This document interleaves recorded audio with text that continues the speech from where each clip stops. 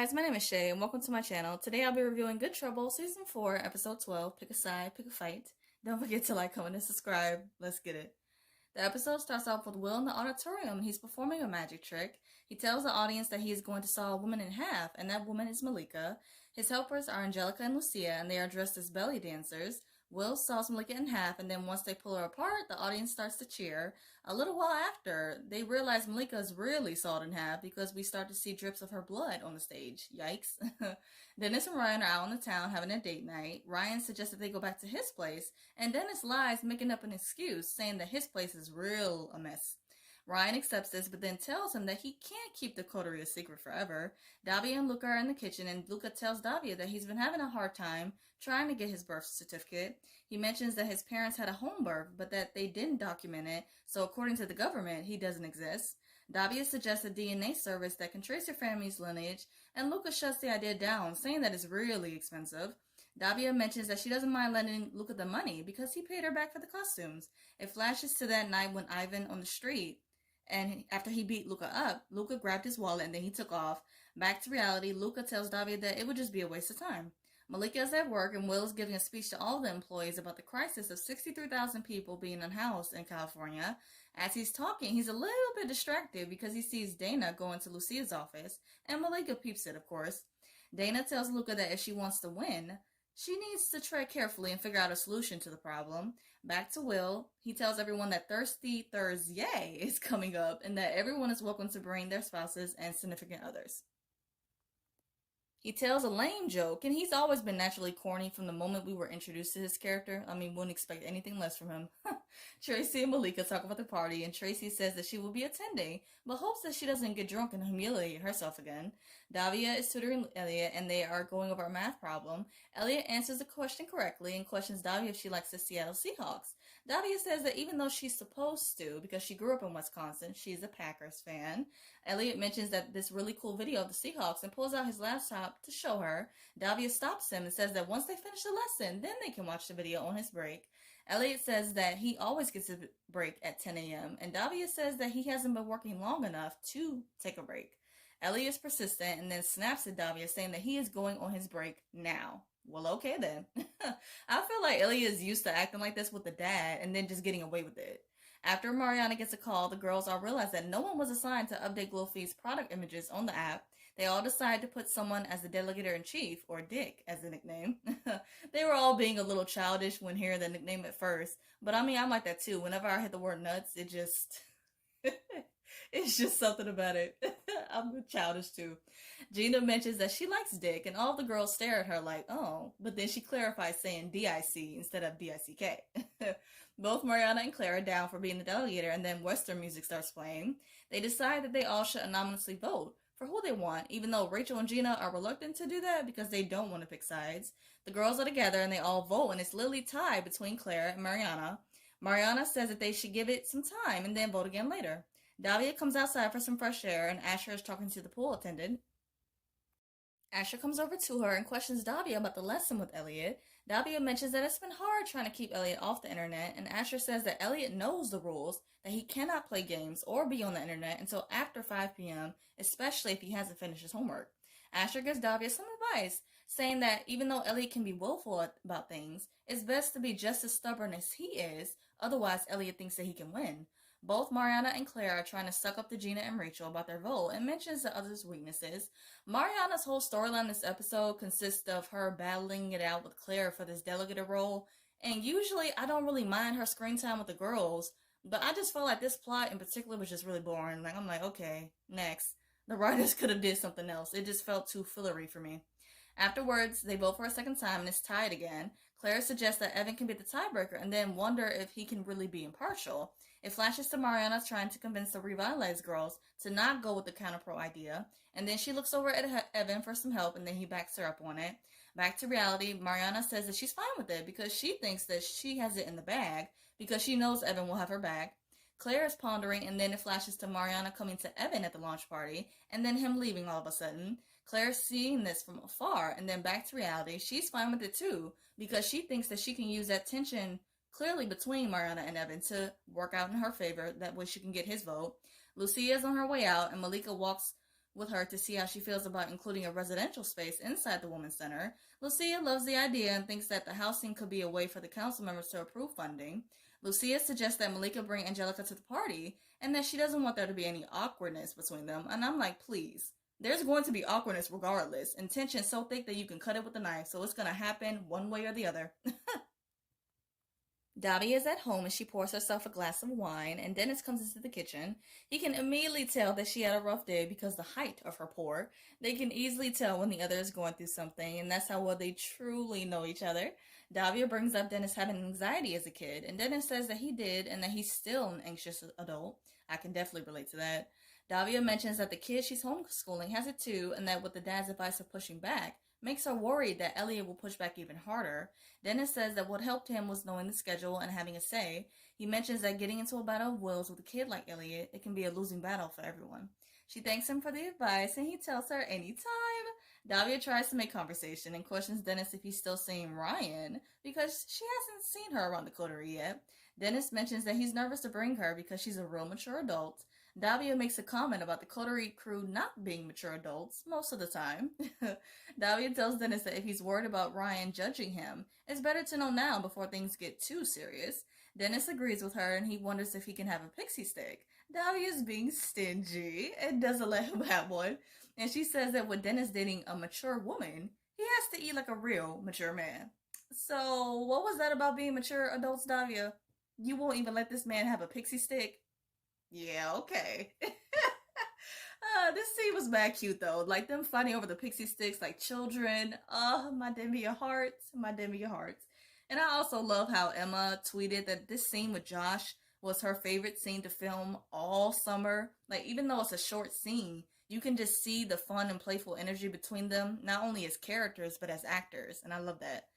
And I love them and I miss them so much. I'm still holding out hope for them that they will find their way back to each other before the end of the season. I'm hoping. Fingers crossed and everything. She grabs her glass of wine along with the bottle and her pixie sticks and goes into her loft. Malika is giving Luca a haircut in the bathroom and Mariana comes in frantic, saying to not cut too short because she loves his hair. And I do too. Luca mentions that his hair has been driving him crazy and that he hasn't had a haircut since he ran away from his last foster home. Mariana and Malika mention that they both grew up in foster care too. Luca wants to know if either of them reconnected with their birth parents, and they did. Even though many of those relationships were complicated at first, they're both really glad that they made the decision. Mariana questions Luca if he has any contact with his birth parents, and Luca replies that his parents are deceased. He brings up how Davia suggested that he do a DNA test, but then starts to second guess doing it. He plays out different scenarios of what could be, and then starts to think that he's really alone. Mariana and Malika tell Luca that he is never alone and that they got him. I know that's right. Luca mentions that he's been in survival mode for so long, it's nice living like a normal person. Malika tells him that living is so much better than just surviving. Mariana and Malika are hyping Luca up with his new haircut, as they should. And Luca, boo-boo, he's already attractive, but then this haircut just makes him look even more good. Mariana wants to take a former foster kid selfie with the three of them. They take the picture, and it is the cutest. I love how the three of them are already forming a friendship. I love it. The next day, Davia is going over the new schedule with Elliot, and she tells him that he will have multiple breaks throughout the lesson. She gives him the new rules, that he can do whatever he wants during his breaks, but only if he gets straight back to the lesson once it's over. Elliot mentions this new video game and wants to show it to Davia immediately, and Davia tells him that he can do that on his break. Elliot agrees to it and they begin their lesson, and I like how she really took the advice that Dennis gave her and applied it with Elliot, and it actually worked. Like, look at that. Asher comes into the living room and he's taken aback when he sees Elliot and Davia playing video games. Asher asks to speak with Davia in private and reminds her of their conversation earlier about Elliot not playing video games. Davia mentions that she made an agreement with Elliot that if he focused on his lessons, that he could do whatever he wanted during his breaks. Asher gets upset, telling Davia that that was not her call to make, and right in the middle of them talking, Elliot interrupts, asking his dad if Davia can stay for dinner. Asher says that Davia can't stay because she has some things to do, and Davia interjects, saying that actually she doesn't have any plans. Elliot is thrilled, and Davia comes to join him to continue playing the game. Meanwhile, Asher is just looking stupid, like, what just happened? Malika and Angelica come into the office party, and they are both feeling the nerves of being there. Lucia comes over to greet them, and it's a little awkward between Angelica and Lucia. Lucia tells Malika that they found the perfect location for the Women's Center on 3rd and Temple and that it's an empty lot. She mentions that she doesn't see why the council members won't approve it and that there are some staffers at the party that Malika should speak to later on. Lucia leaves to greet some guests and Malika is ecstatic that Lucia is completely on board for her Women's Center. Angelica immediately thinks that with Lucia involved, there has to be some sort of catch in there, and Malika doesn't think so. Will comes over with his wife Deborah, and Malika can't even wrap her head around the fact that they're really together.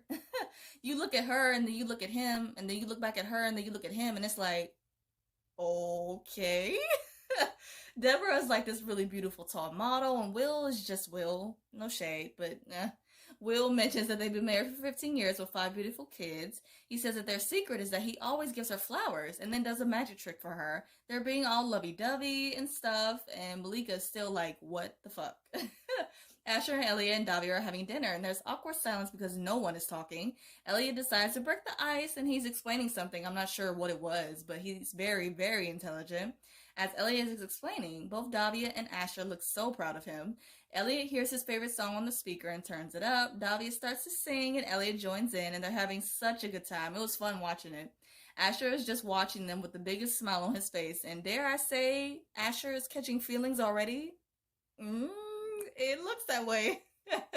Malika is with Lucia talking to a council member about the Women's Center, and Angelica is watching this from afar. Tracy comes over to Angelica and makes small talk with her. Tracy mentions that Malika is very idealistic and doesn't think that she will last long in politics. Malika comes over at this time and Tracy and Angelica are properly introduced. Before Tracy leaves to get some wine, Angelica sees Lucia kiss this woman and she's instantly annoyed. Lucia comes over to them with this woman and her name is Beth. Lucia introduces Malika to Beth and she wonders if Angelica remembers Beth. Angelica clearly remembers her, and even though she greets Beth, her body language is very cold, like ice cold.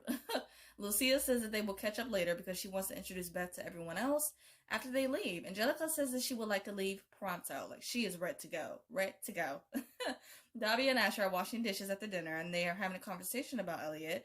Davia apologizes for overstepping about Elliot's internet video game time, but that giving him a choice seems to really help. Asher tells her that they can continue with this new method and just see how it goes. Davia mentions that it meant a lot that Elliot asked her to stay for dinner, and Asher says that he's glad she stayed because it was fun. Asher says that when the two of them have dinner, it's complete silence, and that it's hard for him to get Elliot talking, much less singing. And that just goes to show you that Davia has been there for a short amount of time, and she's already gotten Elliot to open up. That's huge. And I feel like the incident that happened last episode with him having that panic attack and her being there for him, that is a big part of why. He makes a joke about singing, and then Davia wants to hear his vocals. He starts singing, and it's not so great, and Davia cracks at him, telling him to stop. This scene was given couple-like energy, like they were just washing dishes and having regular conversation, being all playful and flirty. I'm like, Davia says that they can work on that, and Asher questions Davia if she's his teacher too. Davia says that she should go and thanks Asher for dinner. Dennis comes back to his love with Ryan and he's giving her a tour of it. Ryan mentions that she loves this place and that it's sexy. Dennis brings up that he was worried to bring her because worried that she was going to get turned off by it. And Ryan says that she's actually turned on. They have a moment and then they plop down on the bed. Angelica and Malika are in the elevator. Malika is picking up on the vibes that Angelica is upset about something. Angelica says that Beth ruined her relationship with Lucia. She brings up how Beth would always be around and openly flirting with Lucia. And then when Angelica would question Lucia about it, she would deny it. She says that she's annoyed that Lucia is always playing games like she's doing with Malika's Women's Center. Malika wants to know if Angelica is playing games with her and Gillian. And Malika gets defensive and feels like she's competing for Angelica's love. And Angelica says that that is not her intention.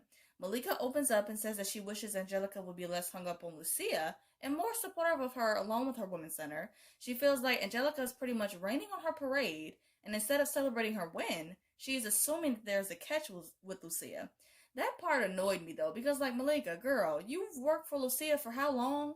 Angelica truly knows Lucia, the kind of person that she is, and the things that she's capable of. You don't. So you would think that with Angelica trying to tell you something for your benefit, you would actually listen.